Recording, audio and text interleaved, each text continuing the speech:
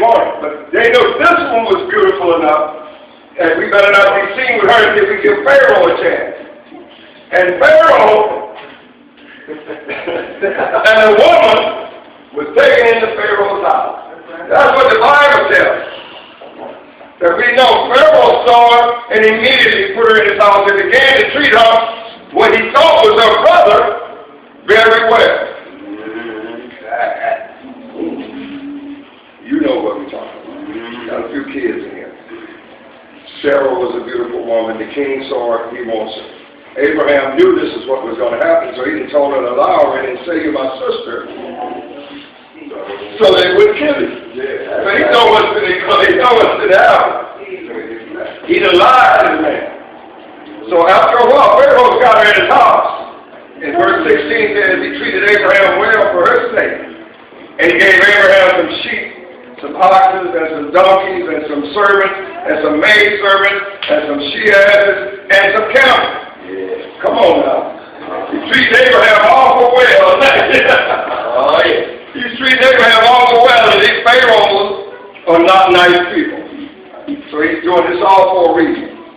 But then the Bible tells us, but the Lord plagued Pharaoh. Remember now, who lied and who started this mess? No. Abraham. He told his woman to lie to the man that it's not his wife. And Pharaoh, the Lord plagued his house with a great plague because he had Abraham's wife in there. And Pharaoh called Abraham and said, "What is this that you have done to me? Why did you tell me that she was your wife? Why sayest thou she is my sister, so that I might have taken her to be my wife?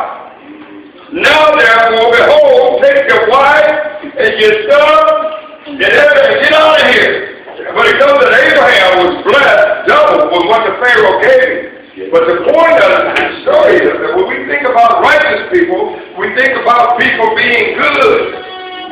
Abraham was a liar. Abraham was scary. And Abraham got his wife caught up into something that she wasn't supposed to be in. But here's the good news. Who did God put the plagues on? Amen. That's the bottom line. Pharaoh. He put it on the Pharaoh's house. Pharaoh was actually kind of an innocent bystander. He's doing what he knew. Abraham told a lie to get this situation going, but God intervened. Tell him who this really is, because God had already put a call on Abraham's life. Abraham was supposed to do something. And the point being that God is able to keep you from falling and to present you righteous before His eyes. God is able.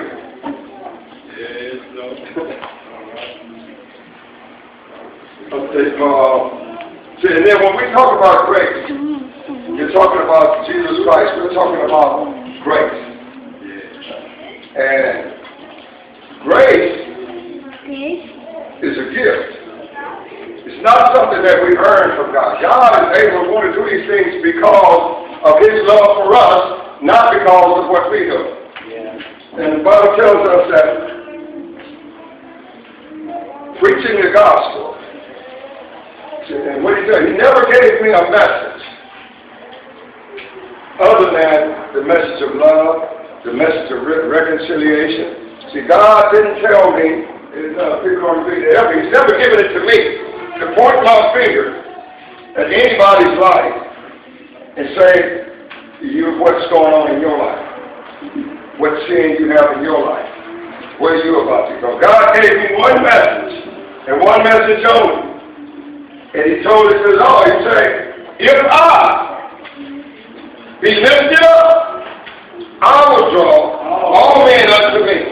So when I'm preaching, He's asking me at all times that my finger is to always point toward the cross of Jesus Christ. He is the one that is able to save you. You're not able to save yourself. Jesus is the one who is able to save us. He is the one who is able to do abundantly, exceedingly above all that we would even ask or think. Yes. We are to be strengthened with His power, His might in our inner man. We are to learn, first off, that we need to trust Jesus Christ. Yes. You need to begin to learn how to trust Jesus Christ. And just like little things, every time you run into a battle, a problem, or something, and you use God's word, and God makes it right, you become a little stronger. You become a little stronger. See, I can ride the bike. Every time my father ran down beside me, when he first started doing it, I was so fearful of something that I freezing up. I'm expecting to fall at any minute. But then as I began to trust my father, I began to have faith in my father. When I began to have faith in my father, I began to believe that God, my father, was going to hold me up. And that He was going to keep me from falling until I learned how to ride the bike by myself. The problem is to learn how to ride the bike by myself. But I can't pay attention to that through fear. When I'm afraid of things. And that's where when God is calling you in your life. He's calling you into a different kind of life and you're afraid. He's calling you to go somewhere just like He did with Abraham. To leave all the things you're comfortable with and go somewhere else. To a land I'm going to show you. But it's about Abraham believed in God. Just like you have to believe these things that we teach you in this Bible. They're real and they're true. God is able to do exactly what He said He would do. God said He was going to present you faultless to Himself. And when God says it's on Him to do this, it's on you to learn how to trust in Him. It's in you to learn how to believe in His Word, like He tells us in Ephesians. He says to put on the whole armor of God, about the breastplate of righteousness and the helmet of salvation. But He told us to do something before He told us to do that. We have to, He tells us that we overlook it a little bit. But it says, having done all to stand, having prepared